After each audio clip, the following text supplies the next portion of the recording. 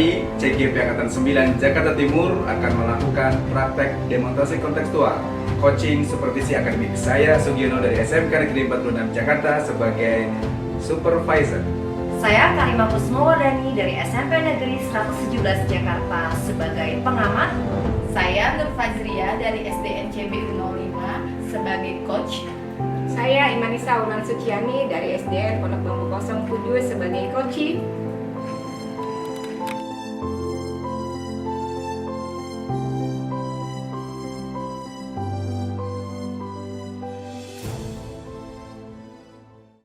Assalamualaikum warahmatullahi wabarakatuh, Bu Zia. Apa kabarnya hari ini? Waalaikumsalam warahmatullahi wabarakatuh. Alhamdulillah baik. Bagaimana dengan Kak Ion? Alhamdulillah baik, Bu Zia. Sebelum coaching dengan Ibu, pertama saya akan memberikan beberapa pertanyaan kepada Ibu. Bagaimana? Iya. Oke. Baik, Pak. Pertama, saya akan mendiskusikan terkait dengan rubrik penilaian kita pada hari ini. Pada coaching kita hari ini antara coach dan coachee akan saya amati dan nilai apakah semua rule tadi sudah sesuai dengan alur kita atau belum. Kemudian coach memberikan pertanyaan berbobot kepada coachee dan juga bagaimana coachee merespon atau menanggapi pertanyaan dari coach. Dan jangan lupa disesuaikan dengan prinsip coaching yaitu kemitraan, proses kreatif, dan memaksimalkan potensi. Pertanyaan pertama buat Bu Zia, kompetensi apakah yang ingin dikembangkan Bu Zia dalam kegiatan coaching kali ini? Kompetensi yang saya ingin kembangkan dalam coaching kali ini, saya ingin menghadirkan kehadiran penuh Pak, present, mendengarkan aktif, dan memberikan pertanyaan yang berbobot kepada coachee. Oke.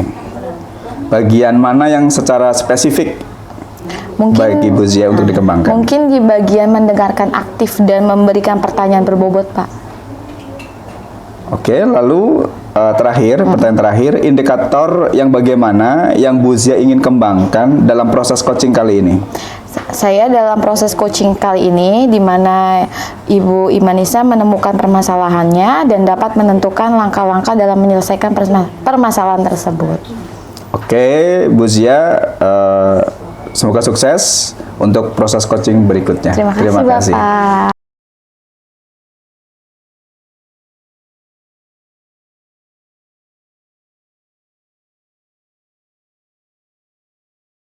Assalamualaikum warahmatullahi wabarakatuh, Bu Zia. Waalaikumsalam, Bu Nisa. Ada apa nih, Bu Nisa? Iya, Bu Zia, saya boleh izin duduk ya, Bu Zia? Silakan, Ibu Nisa. Iya. Yuk, santai-santai. Iya, Bu Zia, saya pengen ngobrol sedikit nih, Bu Zia, sama Bu Zia. Bu Zia, ada waktu tidak senggang ini? Ada, Bu. Silakan, Bu. Mau cerita apa? Baik, Bu Zia, terima kasih banyak ini, Bu Zia. Bu Zia bisa ngobrol sama saya. Jadi sebenarnya hari ini ada sesuatu yang mengganjal di pikiran saya. Ini sih sebenarnya sudah berjalan cukup lama ya, Bu Zia. Cuman saya bingung harus berbicara dengan siapa, gitu kan. Lalu saya ingin ini antara kita berdua saja ngobrolnya. Nah, begini, jadi kan kebetulan sekolah saya ini sudah kurang lebih 6 bulan kami pindah tempat belajar. Kebetulan sekolah saya sedang mengalami renovasi total, sehingga di awal tahun kemarin kami harus pindah ke sekolah tumpangan.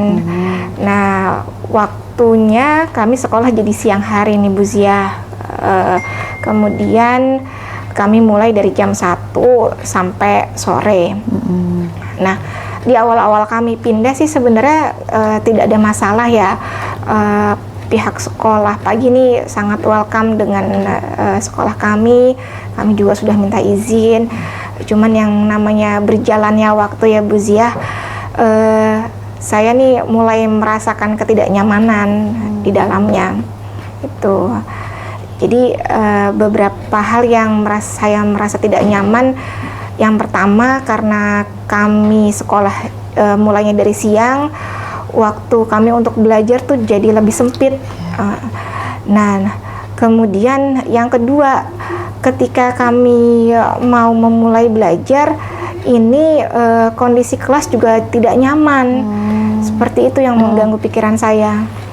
Oh, Bu Nisa baru pindah sekolah ya. Nah, perpindahan itu saya lihat ada permasalahan. Melihat kondisi hal ini, apa sih sebenarnya harapan Bu Nisa dengan kondisi sekarang ini gitu? Harapan saya sebenarnya yang pertama ya Bu Zia, ketika kami sih yang pertama inginnya ketika kami masuk belajar, ini kondisi kelas ini sudah nyaman, gitu, siap untuk belajar. Yang kedua, kondisi siswa, kondisi kesiapan siswa ketika siang ini jujur jauh lebih turun dibandingkan kita belajar di pagi hari. Itu yang membuat siswa menjadi tidak antusias untuk belajar di siang hari. Seperti itu Bu Zia. Dari harapan-harapan yang Ibu sampaikan, kira langkah-langkah apa yang Ibu lakukan untuk menyelesaikan permasalahan ini? Seperti yang saya lihat, kelihatannya agak mengganggu anak-anak juga ya Bu, itu pembelajarannya. Kira-kira langkah-langkahnya bagaimana Bu Nisa? Langkah-langkah yang sudah saya lakukan ya Bu Zia. Yang pertama sih untuk kebersihan kelas ya, kenyamanan ini berkaitan dengan kebersihan kelas. Jadi ketika kami mau memulai pembelajaran, kelas kami tuh justru dalam keadaan yang tidak bersih. Itu memang akhirnya membuat kami harus membersihkan dulu kondisi kelas, dan itu terkadang memakan waktu belajar. Sedikitnya waktu belajar itu terambil. Akhirnya kondisi yang pertama, solusi yang pertama saya lakukan, saya mencoba mencari nomor telepon guru pagi, itu guru sekolah pagi. Kemudian saya mencoba menjalin hubungan dengan beliau agar komunikasi ke depannya menjadi lebih mudah.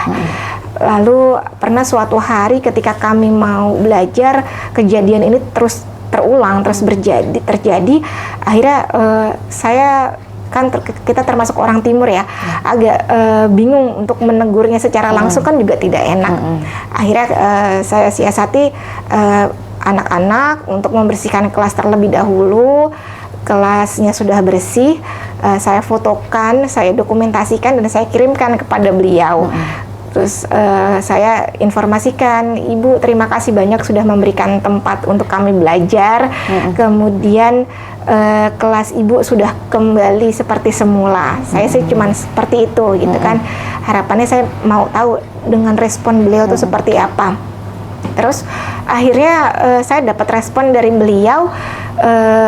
Beliau cuma jawab, oh iya terima kasih Bu, sudah sama-sama membantu dan menjaga kebersihan kelas kita. Itu memang kewajiban kita bersama gitu kan.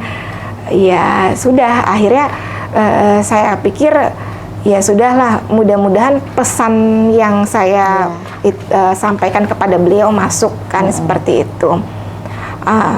Akhirnya cuman saya masih terkadang beberapa kali terpantau ketika saya mau belajar, kondisi kelas ternyata masih tidak nyaman seperti itu. Nah, terus yang kedua, saya sudah mencoba untuk melakukan games di awal pembukaan opening kelas saya. Nah, ini tujuannya untuk meningkatkan partisipasi sama antusiasme anak-anak saya ketika belajar di siang hari. Alhamdulillah sih ini ada suatu perubahan. Tetapi ternyata setelah didalami ini tidak lama waktunya. Nah, ketika nanti mulai sore ini mereka udah mulai loyo lagi gitu kan. Sampai akhirnya nanti berkelanjutan di waktu siangnya. Itu sih Bu Zia yang sudah saya lakukan. Baik Ibu Imanisa, langkah-langkah yang Ibu sudah lakukan sudah cukup baik Bu. Kira-kira hambatan-hambatan apa sih Bu yang Ibu sudah lakukan dari proses pembelajaran di sekolah ini? Hambatannya ya Bu Zia, hambatan yang saya temui mungkin yang pertama ya tentang kebersihan kelas dan kenyamanan kelas. Mungkin memang saya refleksikan lagi, tidak bisa mungkin saya salahkan 100% kepada siswa pagi atau guru yang pagi. Ini mungkin juga saya refleksikan, saya butuh meningkatkan kesadaran anak-anak murid saya tentang pentingnya kebersihan di kelas kami, gitu kan. Karena kebetulan anak saya ini kan anak-anak kelas 3 yang mereka terkadang belum sadar gitu kan, peningkatan. Kalau misalnya kelas bersih ini enak loh kalau kita belajar nyaman dengan belajar dengan kondisi bersih, itu mereka belum terbangun gitu, belum ada kesadaran di dalamnya. Jadi menurut saya sih mungkin akan mengefektifkan lagi nih piket kelas. Ini piket kelas sih memang sudah ada, cuman dilakukan itu sesekali ketika mungkin mereka sadar, atau terkadang seringnya nggak sadar gitu kalau tidak diingatkan oleh gurunya, kan seperti itu. Nah, yang kedua, untuk saya meningkatkan antusias anak-anak, mungkin ini saya mau menyelipkan permainan di sela-sela saya belajar, gitu kan. Sebelum istirahat atau setelah istirahat, agar antusiasme mereka tuh kembali terbangun. Dan untuk penguatan belajarnya, mungkin nanti saya akan coba untuk menyelipkan motivasi di akhir pembelajaran, atau kalau memang dirasakan perlu, saya mungkin akan memberikan penguatan dan penugasan di rumah. Dari solusi-solusi yang Ibu lakukan tadi dengan piket kelas ya Bu, terusnya akan memberikan pembelajaran games-games, kira-kira kapan akan Ibu eksekusi? Waktunya ya Bu ya. Ya, ini kebetulan kita sudah berkenaan dengan akhir semester ya, ujian akhir semester. Mungkin ya paling cepat awal semester 2 besok kali Bu. Saya akan mencoba untuk melakukan hal ini. Kira-kira ada nggak pihak yang bisa membantu Ibu untuk menjalankan aksi yang Ibu rencanakan tadi di awal semester nanti? Gitu. Pihaknya yang saya pikirkan, ini mungkin saya akan minta tolong untuk rekan sejawat, rekan sejawat saya untuk bisa membantu saya mengontrol program saya yang sudah bisa yang akan saya lakukan ini. Lalu yang kedua, saya tentunya izin Bu Zia untuk minta tolong Bu Zia mengontrol atau misalnya melihat apakah efektif program yang saya lakukan ini. Baik Ibu, kalau misalnya ada permasalahan, nggak apa-apa Bu, kita sharing seperti ini. Saya kalau bisa membantu akan membantu permasalahan Ibu juga gitu. Bagaimana Ibu dengan diskusi kali ini? Apa yang bisa Ibu simpulkan atau ada yang bisa Ibu selesaikan dari permasalahan ini? Gimana perasaan dari Ibu? Iya, alhamdulillah nih Bu Zia. Saya jadi merasa lega ya Bu Zia hari ini. Ada rasa plong lah, saya bisa cerita dengan Bu Zia. Lalu solusinya ya saya mencoba untuk melakukan hal baru ya tentang efektif piket kelas, dan mungkin nanti akan saya ingatkan lagi untuk kesepakatan kelas kita sebelum belajar. Lalu yang ketiga, mungkin untuk meningkatkan antusiasme siswa, saya akan mencoba untuk memasukkan permainan di sela-sela pembelajaran dan motivasi di akhir pembelajaran. Kemudian kalau dirasa penting, nanti saya akan melakukan penguatan dan penugasan untuk di rumah. Semoga sukses ya Ibu Imanisa. Terima kasih Bu Zia, terima kasih waktunya. Sama-sama Ibu. Baik.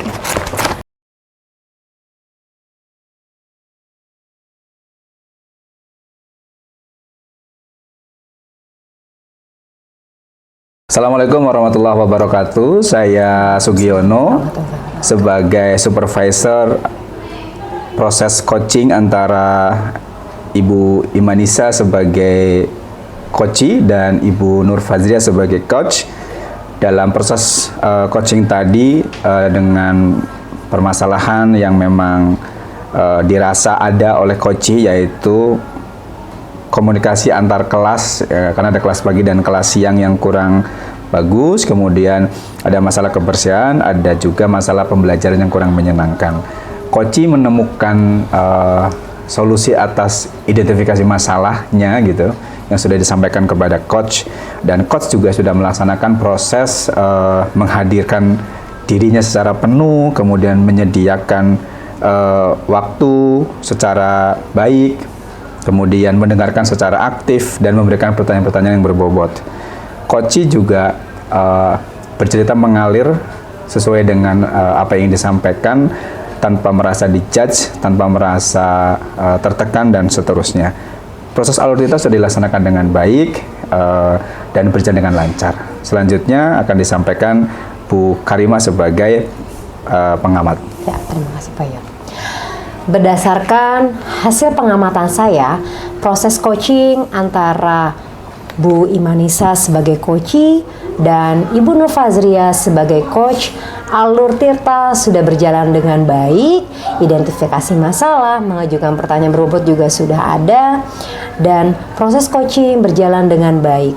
Sehingga mudah-mudahan proses coaching yang dilakukan oleh Ibu Nur Fazria dan Ibu Imanisa membawa manfaat yang luar biasa di dunia pendidikan. Sukses untuk Ibu Nur Fazria dan Ibu Imanisa. Terima kasih. Wassalamualaikum warahmatullahi wabarakatuh. Waalaikumsalam warahmatullahi wabarakatuh.